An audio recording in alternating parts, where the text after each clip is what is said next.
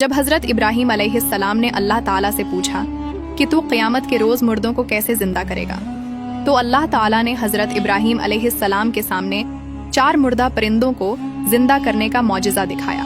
दोस्तों, एक दिन हजरत इब्राहीम अलैहिस्सलाम एक समुंदर के किनारे बैठे थे तो आपने देखा कि एक इंसान की लाश तैरती हुई साहिल समुंदर पर आकर रुकी है, जिसको मछलियों ने खाया हुआ था।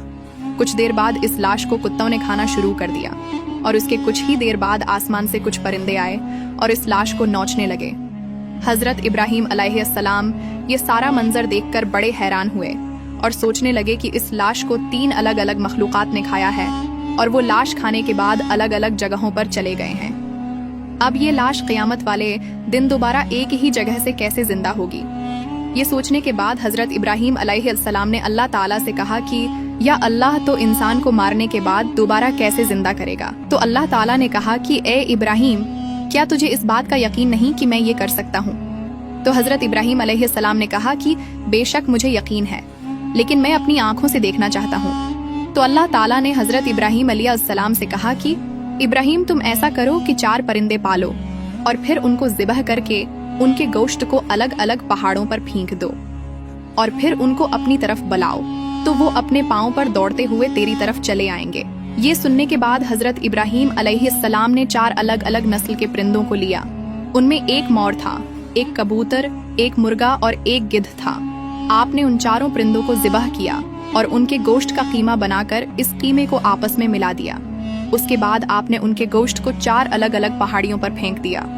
इसके बाद आपने अल्लाह ताला के हुक्म से उनको बारी बारी आवाज दी, तो इन 4 पहाड़ियों से उनका गोश्त हवा में उड़ना शुरू हो गया और जिस परिंदे का गोश्त जहाँ था वो वहाँ से उठता गया और आपस में मिलता गया, यहाँ तक कि इन 4 परिंदों का जिस्म आपस में जुड़कर मुकम्मल तैयार हो गया और वो परिंदे जिंदा हो गए।